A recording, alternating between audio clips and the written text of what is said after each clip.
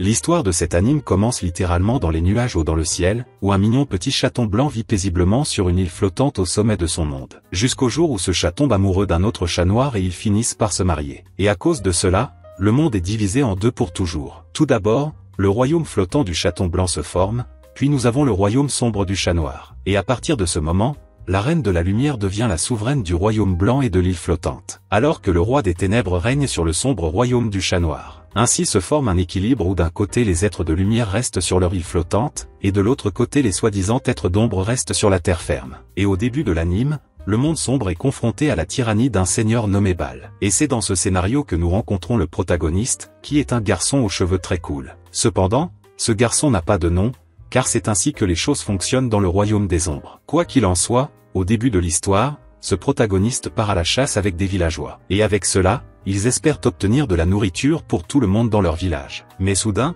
un homme apparaît pour annoncer que toute la porte est attaquée. Et ces attaques étaient menées par des démons qui étaient des disciples de Baal. C'est pourquoi, à ce moment-là, les hommes qui s'apprêtaient à partir à la chasse prennent leurs armes pour se préparer au combat. Et ils demandent ensuite au protagoniste de guider les enfants loin du danger. Suivant ses ordres, le protagoniste rassemble les enfants et part avec eux vers une grotte. L'information qu'il avait était qu'il serait en sécurité dans cette grotte. Cependant, le protagoniste n'est pas préparé à ce voyage. Et à cause de cela, lui et les enfants sont attaqués par de terribles monstres. Et seul le protagoniste et deux autres enfants parviennent à survivre à cette attaque. Et par hasard, la fille et le garçon qui survivent sont frères et sœurs. Le protagoniste tente de courir avec eux pour échapper au monstre mille pattes et atteindre la grotte. Mais à ce moment-là, le frère aîné se rend compte qu'ils sont sur le point d'être rattrapés par le monstre. Et puis il décide d'arrêter de courir pour s'offrir en sacrifice au monstre, pour que le protagoniste ait le temps de courir avec sa sœur. Après cela, le garçon est dévoré sous les yeux du protagoniste alors qu'il porte sa sœur. Et dans ces derniers mots,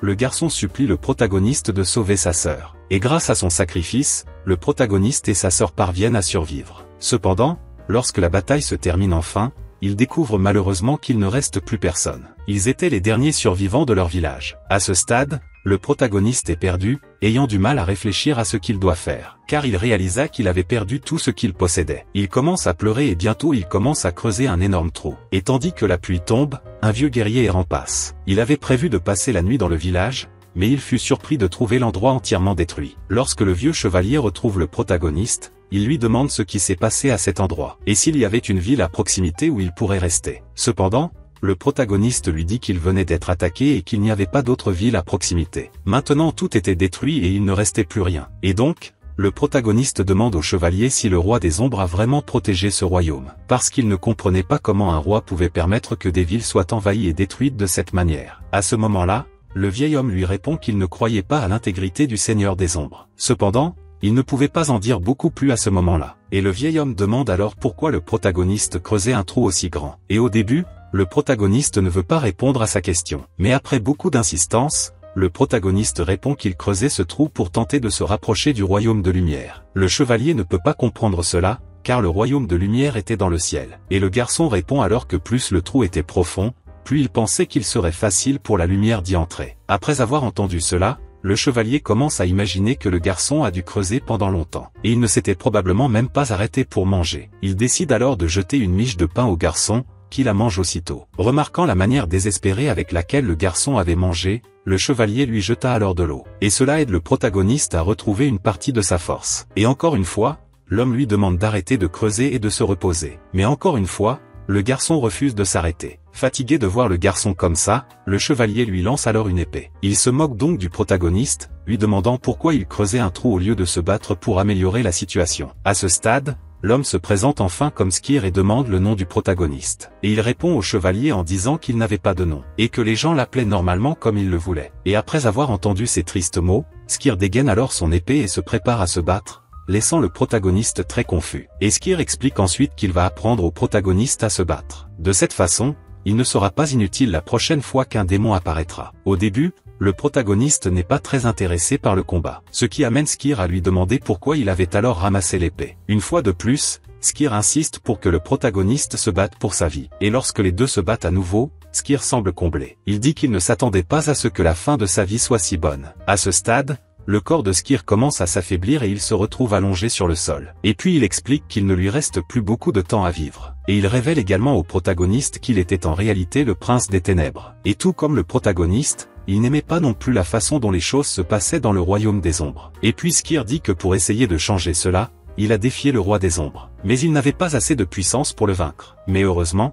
le destin lui a offert un bon successeur. Et après avoir dit ces mots, Skir lance son épée sur le protagoniste. Et il dit qu'il sera le prochain prince des ténèbres. Et il espère que le garçon pourra améliorer les choses pour tout le royaume. Le protagoniste est choqué par tant d'informations, mais Skir ne s'arrête pas là. Il demande au protagoniste d'aller dans la grande ville et de visiter son manoir, où il dit que quiconque verra l'épée avec lui le reconnaîtra comme son successeur. Finalement, le vieux chevalier dit que le monde n'est pas comme il devrait être, et que quelqu'un devait changer cela. Il comptait donc sur le protagoniste pour cette mission. Et comment il savait que le garçon avait besoin d'alliés pour changer le destin du monde? Il dit au garçon qu'à l'intérieur de son château se trouve un chevalier puissant nommé Val, et que ce chevalier était très loyal tant qu'il respectait la force de son chef. Et puis, si le protagoniste prouvait sa valeur, Val le suivrait jusqu'à la mort. Et donc, après tout ce discours sur le jute, votre vie de Skir se termine. Et le protagoniste, pour honorer la vie de l'homme, se lance alors dans son voyage vers la ville. Pendant ce temps, nous voyons que les choses sont également compliquées dans le royaume de la lumière. Et c'est parce que les démons tentent d'envahir le royaume par tous les moyens. Et à cause de cela, toute l'armée et même la reine Iris ont été envoyés sur le champ de bataille. Et elle a à ses côtés un brave guerrier nommé Fius, plus une grande générale nommée Zima. Et finalement,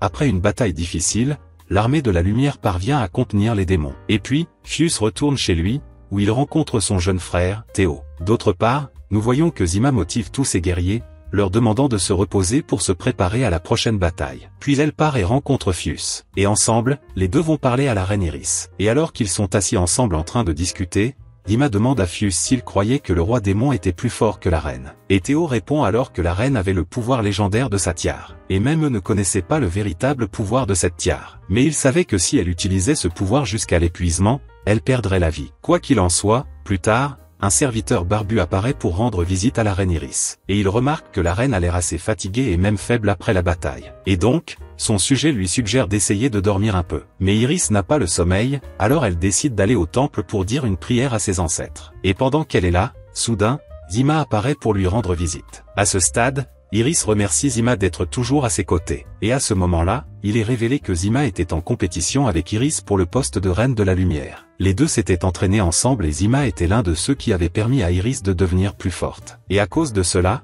Iris était très reconnaissante d'avoir Zima à ses côtés comme son général fidèle. Mais Zima rappelle à Iris qu'elle était la reine, donc elle n'avait pas besoin d'être reconnaissante pour quoi que ce soit. Après cela, les deux discutent un peu plus et la reine dit qu'elle croit que le prochain roi démon sera plus pacifique. Et Zima lui demande alors si elle croyait qu'elle serait en vie ce jour-là. Et Iris répond qu'elle s'en fiche, tant qu'à la fin le monde finit par devenir un endroit meilleur. Pendant ce temps, le protagoniste anonyme arrive dans la ville de Skir. Là, un homme avec des lunettes et des cheveux longs s'approche de lui et lui demande où il a eu cette épée. Mais avant que le protagoniste ne puisse s'expliquer, soudain, l'homme commence à se battre avec lui. Et à ce moment-là, il est révélé que cet homme n'est autre que Val. Et il demande au protagoniste des nouvelles de Skir et bientôt le protagoniste répond que le chevalier a perdu la vie il y a quelque temps. Cela rend Val très en colère et il attaque bientôt le protagoniste, le faisant tomber au sol. Et Val dit alors qu'il avait déduit que Skir avait perdu la vie, car un garçon faible comme lui ne serait jamais capable de le vaincre. Et à ce moment-là, le protagoniste se présente comme le prochain prince des ténèbres qui a été choisi par Skir. Immédiatement, Val commence à rire de lui, mais le protagoniste maintient sa posture sérieuse. Et il dit qu'il croyait au destin que Skir avait choisi pour lui. Après avoir entendu ces mots, l'attitude de Val change et il décide alors de suivre le protagoniste. Il escorte ensuite le garçon jusqu'au manoir de Skir, où il le laisse dans ses quartiers. Pendant ce temps, dans le royaume de la lumière, un garde annonce que le seigneur Bal attaque la ville. Et avec cela, la reine demande à Zima de contacter les autres sorciers afin qu'ils puissent rejoindre la bataille. Bal recherche Iris et est prêt à détruire toute la ville pour la retrouver. Certains sorciers tentent de l'attaquer, mais Bal est trop puissant pour eux. De cette façon, Bal ne détruit que le toit où il se trouvait. Alors, Bal voit des soldats conduits par Fio et il essaie de demander à ses chevaliers de lui amener Iris. Cependant, les soldats refusent de livrer leur reine et commencent à tirer des flèches sur Bal. Mais le corps du monstre est si puissant qu'ils ne peuvent même pas le blesser. Jusqu'à ce que, soudain, une sorcière élémentaire nommée Elantia apparaisse et, avec sa magie, Elantia tente d'attaquer Bal. Et encore une fois, les attaques n'ont aucun effet contre Bal. Et quand Elantia s'en rend compte, il commence à transpirer de peur. Il semblait que ce serait la fin pour lui jusqu'à ce que soudain Iris entre en scène. La reine est près du mur où elle voit certains de ses citoyens morts. Cela rend la reine furieuse et elle passe bientôt à l'attaque. Pendant ce temps, nous voyons que Fio est soudainement approché par deux hommes humains. Fio soupçonne qu'ils sont envoyés depuis le royaume des ombres. Seuls les hommes disent qu'ils ne servent aucun roi et qu'ils cherchent simplement un endroit où séjourner. Fio demande alors aux hommes de déposer leurs armes et ils obéissent. Jusqu'à ce que, soudain, une aura sombre commence à dominer les hommes. Et avec cela, ils reprennent leurs épées et se préparent à attaquer. Dans cette situation, Fio élimine l'un d'eux et demande à ses soldats de s'occuper des autres. Ensuite, nous revenons à la bataille de la reine contre le seigneur Baal, où la reine, sans avoir 100% de ses pouvoirs, fait tout son possible pour le vaincre. Mais cela ne semble pas suffire à arrêter le seigneur démon. Cependant, Baal finit par perdre tout intérêt pour le combat après avoir découvert que la reine n'était pas en parfaite condition pour le combat. Il décide donc de se retirer et espère revenir dans le futur pour l'affronter. Après cela, la scène revient au royaume des ténèbres, où nous voyons Val debout devant le trône. Mais le roi des ombres n'est pas là. Et soudain, un chevalier gobelin apparaît et commence à faire un rapport. Et il commence à se plaindre d'avoir perdu tant de soldats dans la bataille contre le royaume de la lumière. Et, pendant que l'homme parle, soudain, le roi des ombres arrive. Et, avec juste son aura, il commence à écraser le gobelin. Et il fait cela jusqu'à ce que le gobelin perde complètement la vie. Sur ce, Val dit au roi qu'il n'avait pas besoin de se salir les mains. Et le roi répond qu'il était fatigué de ces conversations. Et que tant que le royaume de lumière existerait, il serait toujours opprimé. En entendant cela, Val accepte les paroles du roi. Cependant, il dit que perdre des soldats inutilement n'était pas la meilleure option pour vaincre le royaume de la lumière. Ensuite, le roi des ombres et Val commencent à discuter du seigneur Baal. Et il commente que le seigneur démon causait des troubles et des destructions dans les deux royaumes. Et le roi dit alors à Val qu'ils doivent trouver un moyen de résoudre ce problème. Lorsque la conversation se termine, Val retourne au manoir, où il rencontre à nouveau le garçon sans nom. Le garçon demande à Val d'où il venait et Val révèle qu'il parlait au roi des ombres. Cette réponse surprend le garçon, car il pensait que Val n'était loyal qu'à lui. Cependant, Val révèle au garçon qu'il était loyal à celui qui était sur le trône. Il a toujours cherché à faire ce qui était le mieux pour le royaume. Et si Skir faisait confiance au protagoniste, il lui faisait confiance aussi. Et à ce moment-là, Val fait remarquer au prince qu'il n'était pas le seul successeur du roi des ombres. Outre lui, il y avait d'autres princes qui voulaient prendre la position de roi. Le protagoniste est confus en entendant cela et il demande à Val comment le prochain roi a été choisi. Mais Val répond qu'il le saura en temps voulu. Et à ce moment-là, il devait d'abord devenir un bon guerrier. Mais avant de commencer l'entraînement à l'épée, Val dit que le protagoniste doit d'abord exercer son cerveau. Alors, il donne quelques livres au garçon sans nom pour qu'il les lise. Car la sagesse lui était nécessaire pour se différencier des autres candidats à la succession. Et puis, il commence enfin l'entraînement à l'escrime, où, à la surprise de Val, le prince montre un grand potentiel. Et pendant qu'il s'entraîne, à proximité se trouve une fille aux cheveux verts qui cherche le prince. Elle a l'air un peu fatiguée et elle s'arrête ensuite pour se reposer. Jusqu'à ce que soudain, des monstres apparaissent et commencent à attaquer son groupe. Et avant même que les soldats ne puissent faire quoi que ce soit, Groza parvient seule à vaincre les monstres d'un seul coup. Cependant, alors qu'elle est louée par ses disciples, le monstre apparaît soudainement par surprise pour l'attaquer. Et cette fois, elle n'aurait pas assez de temps pour réagir. Cependant, à ce moment-là, le protagoniste apparaît pour la sauver. Puis, les deux commencent à parler et Groza découvre que le garçon était l'un des successeurs du roi. Et c'était précisément lui qu'elle recherchait depuis tout ce temps. Cependant, après avoir rencontré le garçon, elle est tellement impressionnée par sa beauté qu'elle est à court de mots. Elle oublie littéralement ce qu'elle était censée dire jusqu'à ce qu'un de ses soldats le lui rappelle. Et puis, Groza révèle enfin au prince qu'il y aurait un duel entre lui et les autres princes. Et seul celui qui remporterait le duel serait officiellement nommé nouveau prince des ténèbres. Et en plus de cela, le gagnant recevrait également l'épée légendaire du royaume des ombres. Et après avoir entendu cela, le protagoniste regarde attentivement l'épée qu'il a reçue de Skir. Et Groza le remarque. Puis, elle lui demande si cette épée était spéciale pour le protagoniste. Cependant, il ignore simplement sa question et dit qu'il participera au duel. Pendant ce temps, dans le royaume de la lumière, Iris trouve son royaume complètement dévasté après l'invasion du seigneur Baal. Plusieurs de ses citoyens sont blessés et elle s'assoit alors sur son trône en y réfléchissant. Elle est perdue dans ses pensées jusqu'à ce que soudain Zima arrive pour lui parler. À ce moment-là,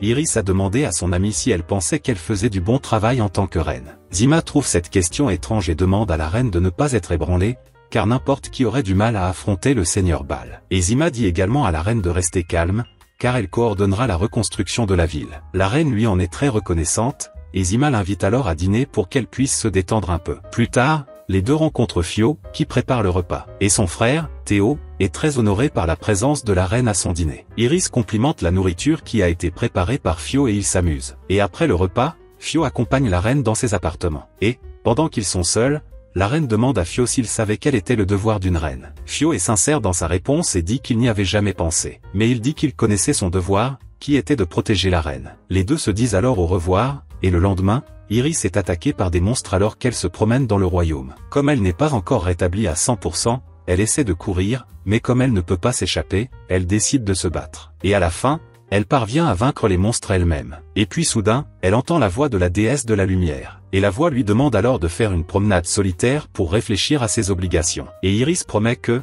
ce jour-là, elle fera cette promenade. La scène revient ensuite au royaume des ombres, où nous voyons que Val informe le prince qu'il va rencontrer le roi. Mais avant de partir, il souhaite bonne chance aux protagonistes dans le tournoi entre les princes. Et quand le jour du tournoi arrive enfin, Gross explique que les règles étaient assez simples. Dans la première étape, tous les candidats successeurs combattront des monstres. Et puis, lorsqu'il ne restera plus que 2 concurrents en état de combattre, ils s'affronteront lors d'une finale pour décider qui sera le prochain successeur. Et après l'annonce des règles, les monstres sont libérés et le tournoi commence. Et le protagoniste parvient à réaliser de très bonnes performances pendant le tournoi. Et il finit par se démarquer parce qu'au lieu de laisser ses concurrents être éliminés, il finit par les aider pour qu'ils ne soient pas blessés par les monstres. Et c'est quelque chose qui a fini par déranger tout le monde dans l'arène. Mais, finalement, lorsque la première partie du duel se termine, le protagoniste parvient à se qualifier pour la finale. Et son concurrent en finale sera un autre garçon appelé Adel. Adel interroge ensuite le protagoniste sur les raisons pour lesquelles il aide ses concurrents pendant le tournoi. Et le garçon répond simplement qu'il le faisait parce qu'il pensait que c'était juste. Il ne voyait aucune raison de laisser les gens mourir inutilement. Adel est surpris par cette réponse, mais dit que cela ne semble pas être quelque chose digne d'un roi des ombres. Mais le protagoniste ne s'en soucie pas et tous deux se préparent donc pour la bataille finale. Et lorsque le duel entre les deux commence, Adel se bat pour essayer de vaincre le protagoniste. Cependant, le garçon sans nom avait été très bien formé par leur Val. Adel n'avait donc pratiquement aucune chance de le vaincre. En fait, lors du duel, le protagoniste a eu la chance d'achever Adel une fois pour toutes pour devenir champion. Il a cependant préféré épargner sa vie. Et c'est quelque chose qui a rendu Adel encore plus furieux, et il est donc passé à l'attaque à nouveau. Mais la différence de compétences entre les deux concurrents était trop grande. Et, à la fin, Adel n'a eu aucune chance et le protagoniste a fini par être couronné champion. Avec cela, il reçut l'épée légendaire du royaume des ombres et devint officiellement le prince successeur du roi des ombres. Adel reconnaît alors les capacités et la victoire du protagoniste. Et plus tard dans la journée, les deux reçoivent la visite de Val. Il félicite d'abord son élève pour avoir remporté le tournoi. Et puis il dit que le roi des ombres avait préparé une mission pour lui et Adel. Et, dans cette mission, il devrait apporter une lettre à la reine de la lumière. Les deux sont surpris d'entendre cela, mais ils acceptent alors le défi. Avec un détail,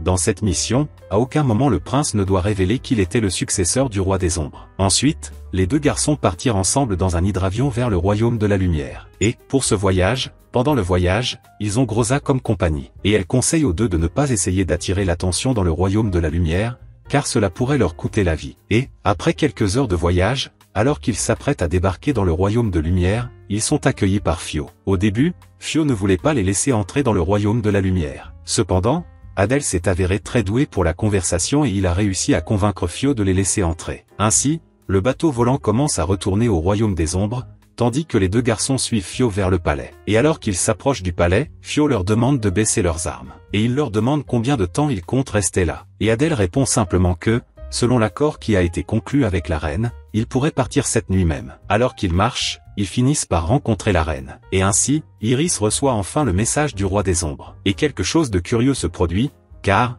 bien que le protagoniste soit déguisé en garde, pour une raison quelconque, Iris remarque quelque chose de spécial chez lui. Mais, finalement, après avoir reçu le message, elle révèle que le roi des ombres proposait une alliance entre les deux royaumes, pour qu'elle le rejoigne, afin qu'il puisse enfin vaincre le seigneur Bal. Cette proposition les laisse tous surpris, et Iris dit alors qu'elle a besoin de temps pour y réfléchir, car elle reconnaissait que Bal était en effet un problème pour les deux royaumes. Mais elle a peur qu'après avoir vaincu Bal, le roi des ombres se retourne contre elle. Et à ce moment-là, le protagoniste oublie son déguisement, et il dit à la princesse que la bataille entre les royaumes sera terminée une fois que le nouveau roi des ombres prendra le trône. Iris est curieuse à propos de ces mots, mais Adel apparaît alors pour sauver le protagoniste. Et il dit que le garçon disait cela seulement parce que le roi commençait à penser à prendre sa retraite. Et les rumeurs qui circulaient dans le royaume disaient que le prochain héritier était une personne plus pacifique. Après cela, sa conversation se termine et Fio accompagne ensuite les deux dans leur chambre. Et, en chemin, le protagoniste demande à Fio quel genre de personne était Iris. Mais Fio n'aime pas cette question et dit au protagoniste de ne plus jamais prononcer le nom de sa reine. Et après avoir laissé les deux dans leur quartier, il part. Après cela,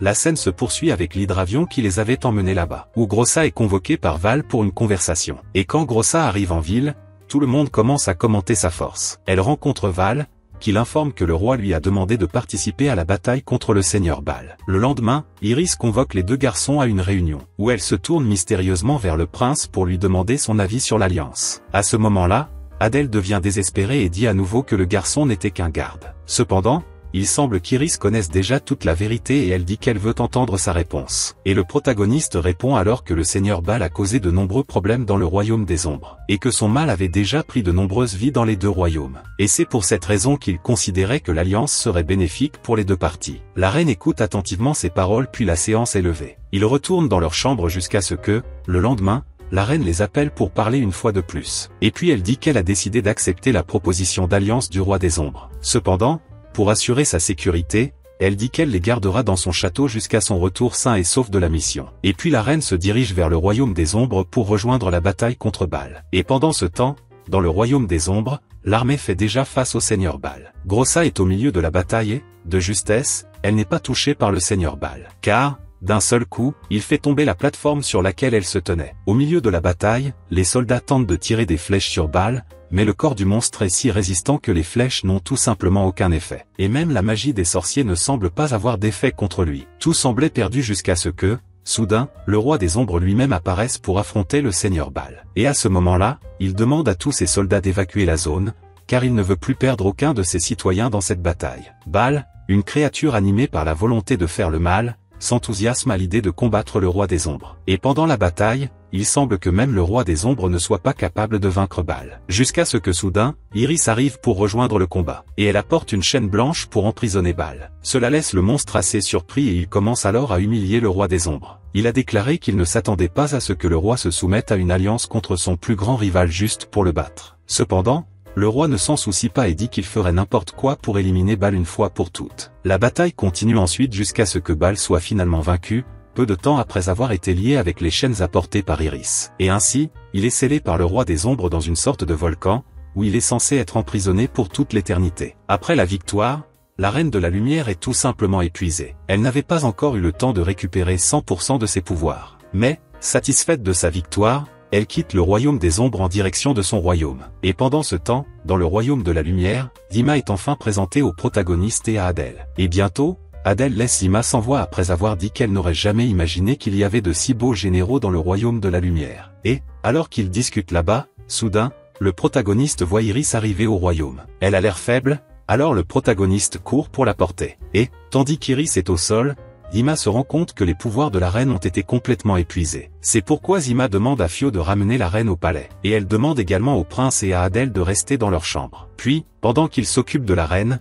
Dima demande à Fio de raconter aux invités leur victoire. Pour l'instant, ils seraient libres de retourner dans leur royaume. Mais à ce stade, nous voyons que le prince est vraiment inquiet pour Iris dans sa chambre. Tandis qu'Adèle, de son côté, ne peut rien faire d'autre que parler de Dima. Et, au milieu de la conversation, Fio entre dans la pièce pour parler aux deux. Immédiatement, le protagoniste interroge le garde sur la santé de la reine. Et cela, pour une raison quelconque, rend Fio furieux. Et, en criant, il répond au garçon en disant qu'il n'avait aucun droit de savoir pour sa reine. Cependant, il parvient bientôt à se calmer et dit aux deux que la reine se rétablissait bien. Et qu'après avoir réussi à vaincre le seigneur Baal, ils étaient désormais libres de retourner au royaume des ombres. La scène revient ensuite au royaume des ombres, où nous voyons Grossa rentrer chez elle complètement épuisée. Et tandis qu'elle marche, elle rencontre Val. Et il lui dit que maintenant qu'ils avaient finalement vaincu Baal, beaucoup de choses allaient s'améliorer. Cependant, après cette bonne nouvelle, il donne une lettre à Grossa. Et il lui ordonne ensuite d'aller au royaume de la lumière pour remettre cette lettre. Grossa est déçue, car tout ce qu'elle voulait,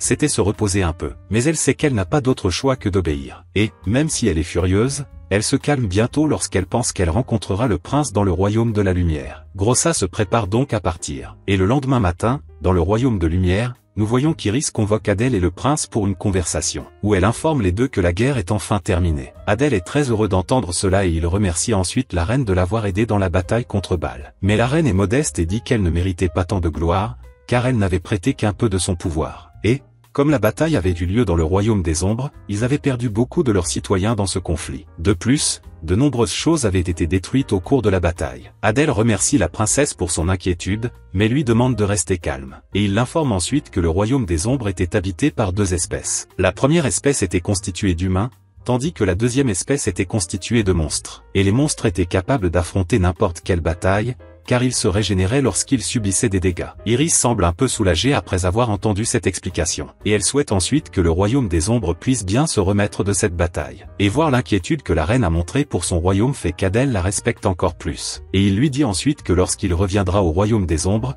il parlera au roi des ombres afin qu'il puisse mettre fin à cette guerre entre eux une fois pour toutes. Mais après avoir entendu cela, Fio demande si ce serait une bonne idée. Car d'après ce qu'ils avaient entendu, le roi des ombres avait éliminé tous ceux qui remettaient en question ses idées. Et Adèle répond qu'il pensait que c'était la bonne chose à faire. Et à ce moment-là, le messager annonça alors qu'un autre messager du royaume des ombres était arrivé. Et Iris autorise alors l'entrée de ce messager dans son palais. Et à ce moment-là, on voit arriver Groza, qui s'excuse auprès de la reine d'être entrée dans son royaume sans avertissement préalable. Iris accepte les excuses de Groza et lui demande ensuite quelle était la raison de sa visite. Groza remet ensuite le message à Iris pour qu'elle le lise. Et après avoir lu la lettre, Iris révèle que le roi des ombres suggérait qu'il prolonge leur accord de paix, afin qu'il ait un peu de temps pour reconstruire son royaume. Iris est heureuse de cela et accepte la proposition. Elle emmène ensuite ses invités visiter le royaume de lumière. Alors qu'il quitte le palais, il voit Théo près d'un arbre. Et le garçon salue ses frères et demande ensuite qui étaient les 3 autres qui étaient avec la reine. Et après avoir révélé qu'ils appartiennent au royaume des ombres,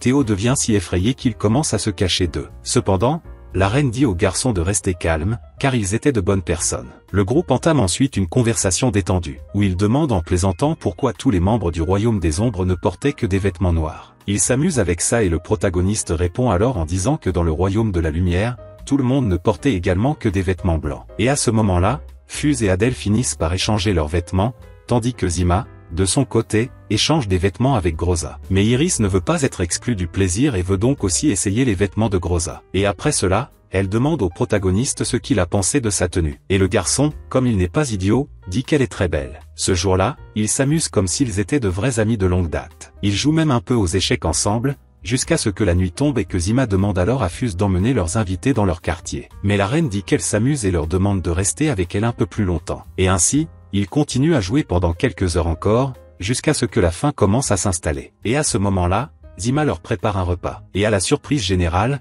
Groza avait également apporté de la nourriture du royaume des ombres. Ainsi, tandis que les membres du royaume des ombres goûtent la nourriture du royaume de la lumière, le royaume de la lumière, de son côté, goûte la nourriture du royaume des ombres. Et à la fin, aucun des deux n'aimait vraiment la nourriture de l'autre. Mais Fuse dit que la reine a réussi à préparer le meilleur ragoût du monde. Et pour cela, elle a utilisé une herbe qui était également disponible dans le royaume des ombres. C'est pourquoi Groza, Adèle et le protagoniste sont curieux de connaître le goût de ce ragoût. Excitée par cela, Iris décide alors qu'elle va leur préparer une partie du ragoût. Mais elle leur demande de l'aider à rassembler certaines des herbes dont elle a besoin. Et ils acceptent de l'aider. Cependant, comme il faisait déjà nuit, ils décidèrent qu'il serait préférable d'attendre le lendemain pour récolter les herbes. Ensuite, le groupe se sépare et chacun se dirige vers son quartier. Mais cette nuit-là, le prince a du mal à dormir. Et c'est parce qu'il ne peut pas arrêter de penser à la reine. Il fut étonné de la manière paisible dont elle menait son règne. Et la vérité est que le protagoniste n'est pas le seul à ne pas pouvoir dormir cette nuit-là. Iris traverse la même situation et elle est ravie de la journée heureuse qu'elle a passée après si longtemps. Finalement,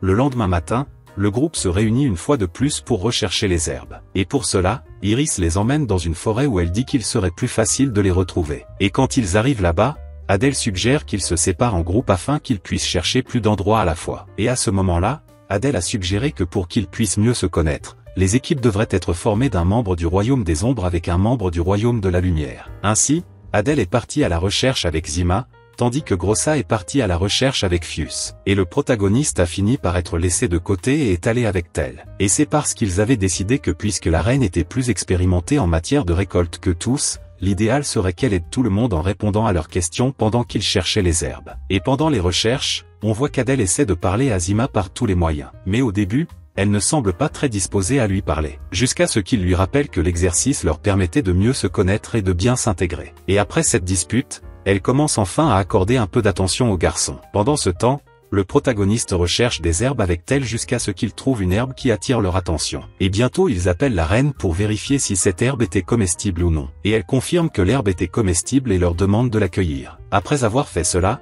Tel court devant et la reine demande alors au prince si cela le dérangerait si elle rejoignait son groupe. Et le protagoniste lui répond alors qu'il serait heureux de l'avoir à ses côtés. Et juste à ce moment-là, il finit par toucher accidentellement la main de la reine. Et cela le rend tellement embarrassé qu'il commence à s'excuser auprès de la reine. Quelques heures plus tard, tout le monde termine la récolte de ses herbes et Iris est très satisfaite du résultat de la récolte. Iris propose alors de cuisiner pour eux, ce qui rend Fio très excité. Mais avant cela, elle et les autres filles laveront les légumes, tandis que les garçons iront chercher du bois pour cuisiner. Cependant, alors qu'ils cherchent du bois de chauffage, ils se rendent soudain compte que tel n'est plus avec eux. Cela rend tous les garçons désespérés. Et puis le protagoniste court vers Iris pour lui demander si elle a vu tel. Mais quand il fait cela, il finit par avoir des ennuis et la fait tomber accidentellement dans l'eau et finit par tomber avec elle. Et à ce moment-là, il finit par se rapprocher de la reine plus que ce qui était acceptable. Fio serait mort d'envie s'il avait vu ça. Et puis le protagoniste s'excuse auprès de la reine pour avoir été si maladroit. Et elle répond que tout va bien et lui dit que tel était parti avec Groza et Zima. Ensuite,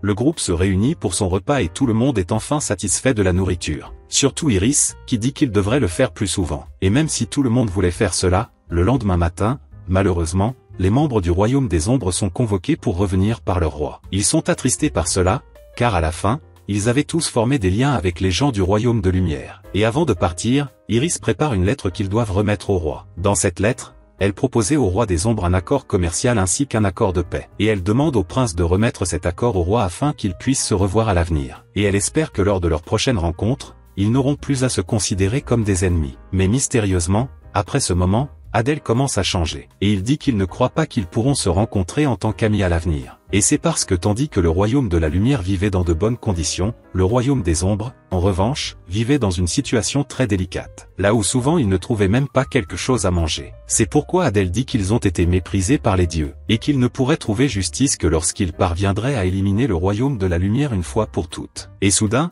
les cornes d'Adel commencent à pousser et il prend une apparence monstrueuse. Et puis il se lance à l'attaque de la reine pour l'éliminer une fois pour toutes. Et le pire, c'est qu'Adel était dans une position où les gardes de la reine ne pouvaient pas l'atteindre. Il semblait que ce serait la fin pour Iris, mais soudain, le prince des ténèbres décide d'agir. Et ainsi, notre protagoniste prend son épée et, d'un coup fatal, coupe Adel en deux. Et même s'il a sauvé la reine, à la fin, tous les gardes décident que la meilleure chose à faire est de l'arrêter. Et avant d'être arrêté, le protagoniste est encore humilié et reçoit plusieurs coups de pied. Et c'est parce qu'il croyait que le protagoniste avait tout planifié avec Adel. Et à ce moment-là, la reine est tellement effrayée par ce qui vient de se passer qu'elle ne peut rien dire. Elle regarde donc le prince être emmené en prison par ses gardes. Et elle ne peut même pas penser si c'était la bonne décision. Pendant ce temps, nous voyons que Grossa reste sur le bateau en attendant les deux autres. Et soudain, ces soldats apparaissent en disant qu'ils avaient entendu des rumeurs sur l'arrestation du prince. Et ils disent également à Grossa que la meilleure chose qu'il pouvait faire dans cette situation était de simplement partir. Pendant ce temps,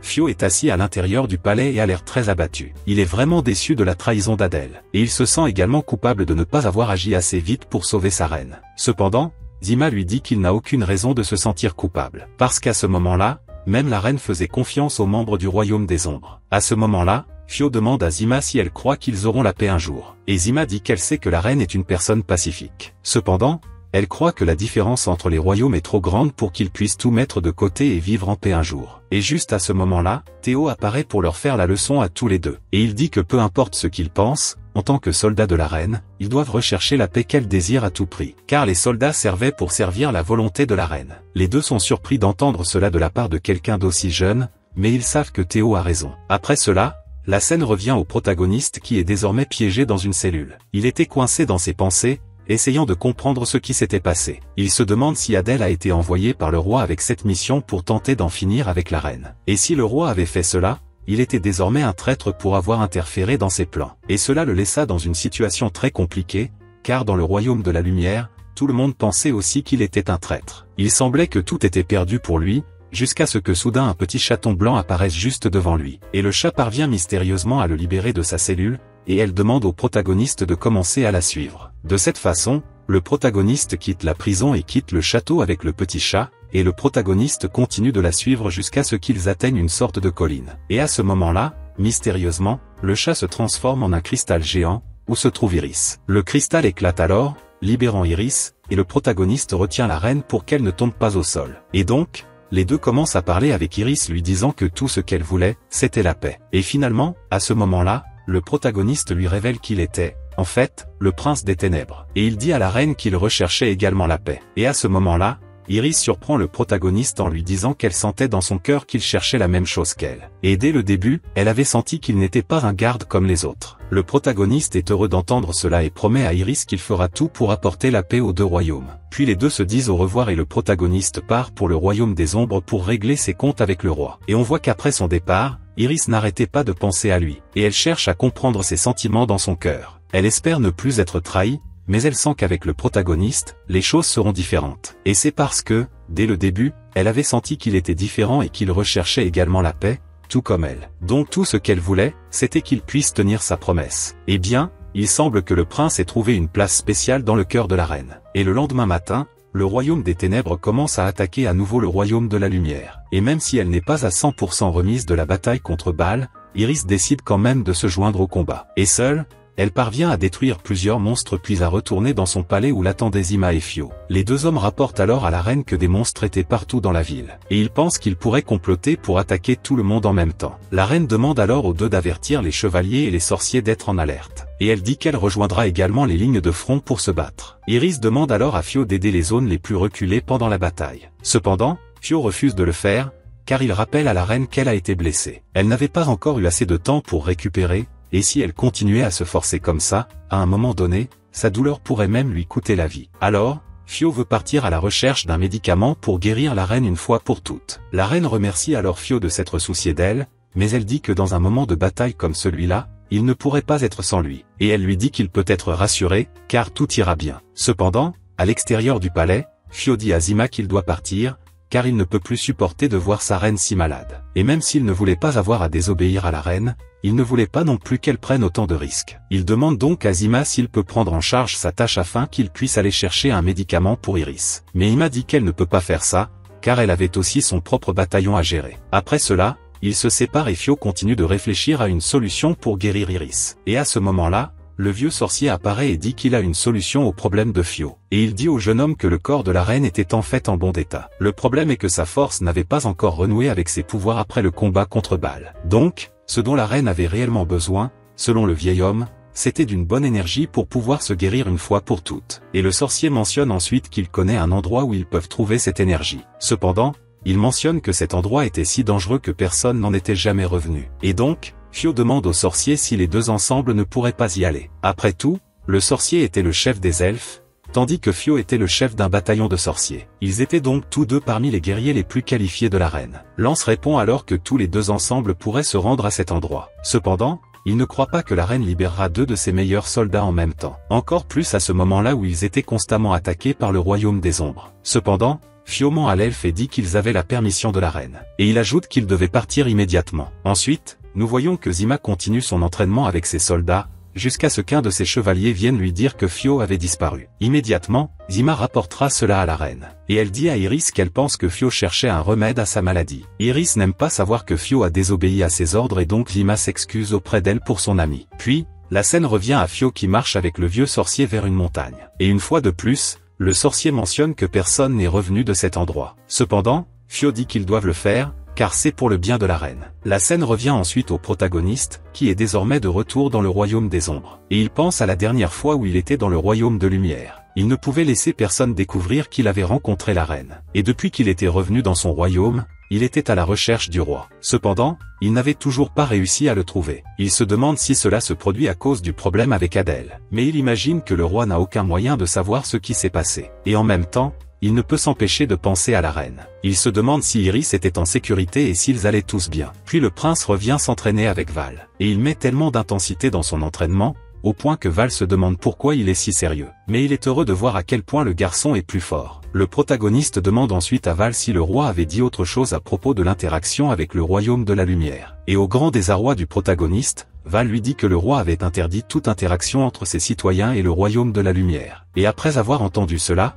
le protagoniste demande à Val ce qu'il pensait d'une alliance avec le royaume de la lumière. Et il demande s'il croyait aussi qu'il parviendrait à la paix s'il mettait fin au royaume de lumière. Cependant, Val est très direct dans ses réponses et dit qu'il n'était pas responsable d'avoir pensé cela. Il a simplement servi le roi et a fait ce que le roi voulait. Et la manière dont la paix devait être obtenue était une question qui appartenait au roi. Et si le protagoniste était dérangé par quelque chose, il pouvait le changer quand il était roi. Les deux hommes ont ensuite continué à s'entraîner jusqu'à ce que Grossa vienne rencontrer le prince. Et elle révèle que le roi avait donné une mission aux deux, aller à la montagne pour combattre des monstres qui attaquaient l'endroit. Et même s'il n'a aucun intérêt à suivre les ordres du roi, le prince accepte cette mission. Ils marchent ensemble jusqu'à la montagne et en chemin ils parlent de l'expérience qu'ils ont vécue dans le royaume de lumière. Et ils conviennent tous les deux que désormais, ils ne pensent pas que le royaume de la lumière soit un mauvais endroit. Et avec cette conversation, le prince se rend compte que Grossa voulait aussi la paix entre les royaumes. Tout comme lui, elle était fatiguée de se battre sans raison. Et il continue à parler jusqu'à ce que soudain il soit attaqué par les monstres. Mais le protagoniste est si bien entraîné qu'il peut vaincre tout le monde avec facilité. Cependant, Grossa finit par se mettre en travers de leur chemin et à cause de cela, ils finissent par tomber dans un donjon. Et les deux n'ont aucune idée de comment ils vont sortir de là et pour aggraver leur situation, ils sont soudainement attaqués par un monstre gigantesque. Après cela, la scène revient au royaume de la lumière, où nous voyons la reine Iris debout au sommet d'une colline, où elle est sur le point d'être attaquée par plusieurs monstres. Et en utilisant la magie télépathique de son diadème, la reine convoque alors tous ses soldats pour rejoindre la bataille. Et tandis que les soldats se rassemblent, nous voyons que Fuse marche aux côtés de l'elfe. Et tous deux suivent un itinéraire mystérieux dans le donjon à la recherche d'un remède pour la reine. Et la vérité est que pendant que les hommes sont sur la piste, la reine combat courageusement les monstres. Et même si elle n'est pas à 100%, elle essaie d'utiliser toute sa magie pour tuer autant de monstres que possible. Cependant, la situation est vraiment compliquée car de plus en plus de monstres arrivent. Et pendant qu'elle combat les monstres, Iris pense à sa responsabilité. Elle savait qu'elle ne portait pas seulement la responsabilité du royaume de lumière. À ses yeux, depuis qu'elle était devenue reine, elle portait la responsabilité du monde entier. Pour elle,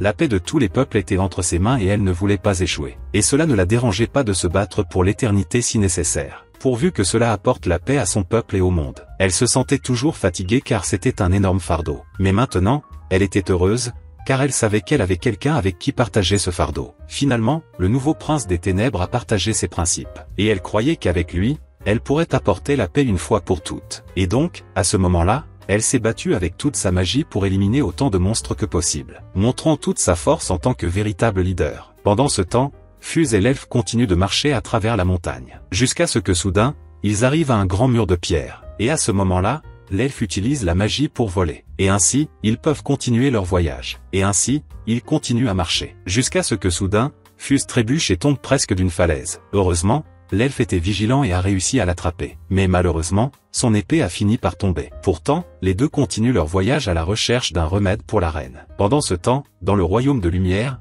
Iris a du mal à affronter seul autant de monstres. Et maintenant, Zima est également affaiblie après des heures de combat. Et puis, lorsque des monstres affrontent Zima et ses mages, elle croit que tout est perdu pour elle. Mais, Iris semble les attaquer d'en haut. Et puis la reine demande à tout le monde de se rassembler pour qu'ils puissent lancer un sort ensemble. Et de cette façon, Iris parvient à invoquer un bouclier de lumière pour protéger sa ville. Ils étaient maintenant suffisamment en sécurité pour au moins se reposer quelques instants. Mais elle sait que cela ne durera pas longtemps, et elle demande donc à ses serviteurs de se préparer pour la nouvelle bataille qui va arriver. Cependant, après avoir mis tant d'efforts dans la bataille, Iris est maintenant tout simplement épuisée. Elle a tellement utilisé son pouvoir qu'elle s'est même évanouie. À cause de cela, Zima l'emmène dans sa chambre pour qu'elle puisse se reposer. Et pendant ce temps, Fio et l'elfe continuent leur voyage à travers les donjons pour trouver le remède. Et après avoir dû traverser des murs et avoir failli mourir à plusieurs reprises, ils atteignent enfin l'endroit qu'ils cherchaient. Et bizarrement, pour une raison quelconque, ce remède ressemblait à de la boue aqueuse. Et là, ils trouvent un lac entouré d'herbes tout autour. Au même moment, Fio était sur le point d'entrer dans le lac, mais l'elfe l'arrêta à temps. Et il explique au chevalier que s'il entrait dans l'eau,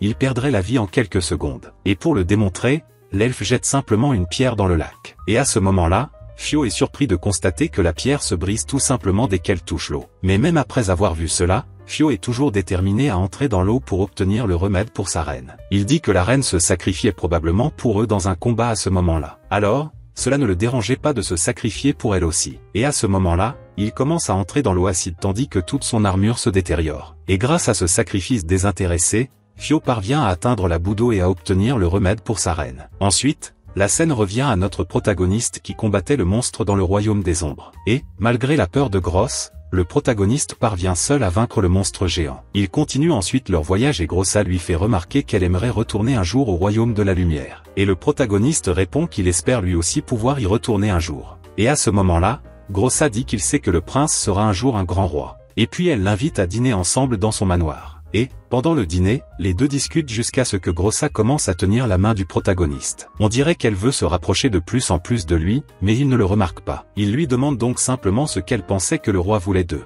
Grossa répond qu'il est difficile de connaître les intentions du roi. Cependant, elle se rend compte que le prince évitait ses contacts et, à cause de cela, elle se met à pleurer. Et puis elle dit qu'elle sait que le prince est amoureux d'Iris. Cependant, comme elle sait qu'il veut le meilleur pour le royaume, elle le soutiendra quand même. Mais à ce moment-là, elle était très bouleversée d'avoir été rejetée, alors elle s'est enfuie de là. Et à ce moment-là, le protagoniste se tient là, pensant à quel point cette fille était folle. La scène revient ensuite au royaume de la lumière, où nous voyons que Fio est enfin revenu avec le remède pour la reine. Et dès qu'il utilise la magie de guérison sur la reine, elle commence immédiatement à aller mieux. Et en quelques secondes, elle ressent enfin à nouveau 100% de sa puissance. Et, après avoir été guérie, la reine remercie Fio d'avoir trouvé le remède pour elle. Et puis elle se rend dans la salle du temple pour prier une fois de plus la reine de la lumière. Et pendant qu'elle est là, elle demande à la reine d'éclairer son chemin pendant cette bataille. Elle demande également à la reine de la lumière de protéger le prince de l'ombre, car elle espérait vraiment le revoir une fois de plus. Et soudain, alors qu'elle est là, Fio apparaît à nouveau pour lui parler. Et encore une fois,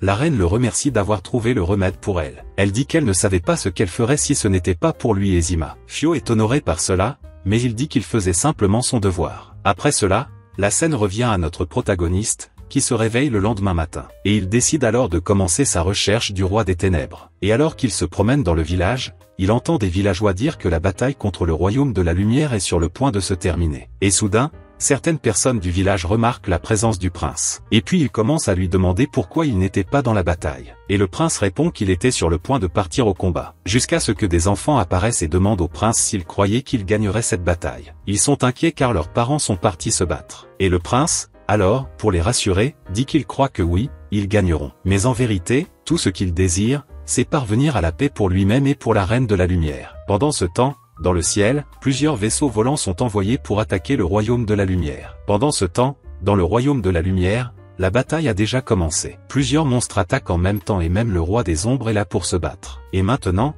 avec 100% de sa force, la reine Iris apparaît alors pour affronter le roi des ombres. Et pendant ce temps, vos citoyens et vos sorciers combattent les monstres. Cependant, le roi des ombres semble sous-estimer le pouvoir d'Iris, en disant qu'elle n'était pas encore à 100% de sa puissance et qu'elle ne pourrait donc pas le vaincre. Mais Iris répond que, grâce à ses amis, elle était à nouveau à 100% de sa puissance. Et ainsi elle commence une confrontation épique avec le roi des ombres. Et pendant ce temps, dans la ville, les soldats d'Iris tentent de contenir les monstres. Mais la situation est vraiment compliquée, car le roi des ombres contrôle les énergies négatives de tous les membres du royaume de lumière. Et, de cette façon, il a pu manipuler les soldats de l'armée de la lumière pour qu'ils attaquent les personnes qu'ils étaient censés défendre. Et, pendant la bataille, nous voyons que Val est là au service de son roi. Et il est vraiment très habile. Seul, il parvient à vaincre plusieurs soldats de la lumière. Et, tandis que l'armée des ombres collectionne les victoires, d'un autre côté, nous voyons que Zima est inquiet, pensant que, cette fois, ils seront vaincus pour toujours. Et pour couronner le tout,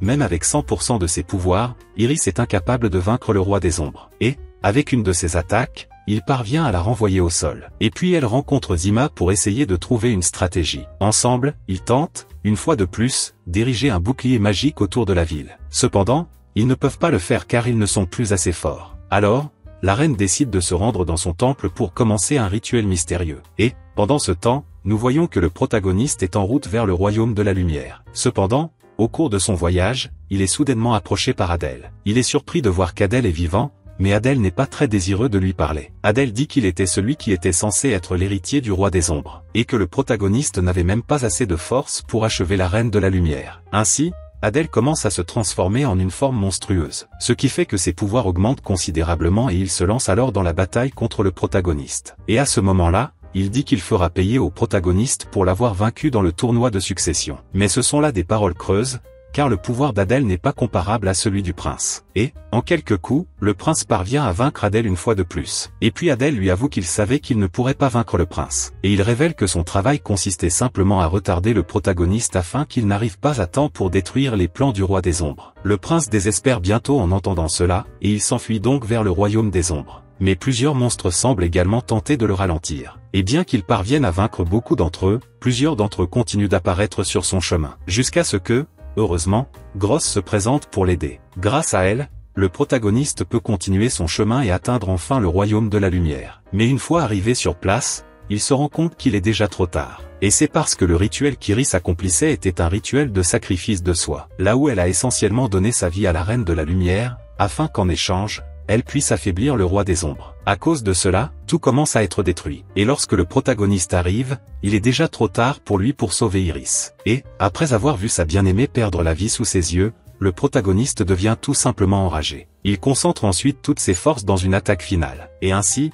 il lance une attaque pour détruire, une fois pour toutes, le roi des ombres. Eh bien, l'anime se termine comme ça. Pour ceux qui pensaient qu'il finirait en couple, malheureusement, notre protagoniste n'est pas arrivé à temps pour sauver sa fille. Et après cela, nous avons encore une scène post-crédit, où nous voyons un garçon aux cheveux roux se réveiller sur une plage, là où un petit chaton blanc le regarde. Quoi qu'il en soit, la fin de cet anime divise ici de nombreuses opinions. Commentez ci-dessous ce que vous avez pensé de cette fin. Dans ce cas-là, j'avoue que j'aurais préféré que la fin soit un peu plus cliché, où le prince resterait avec la princesse et tous deux vaincraient le seigneur des ombres ensemble.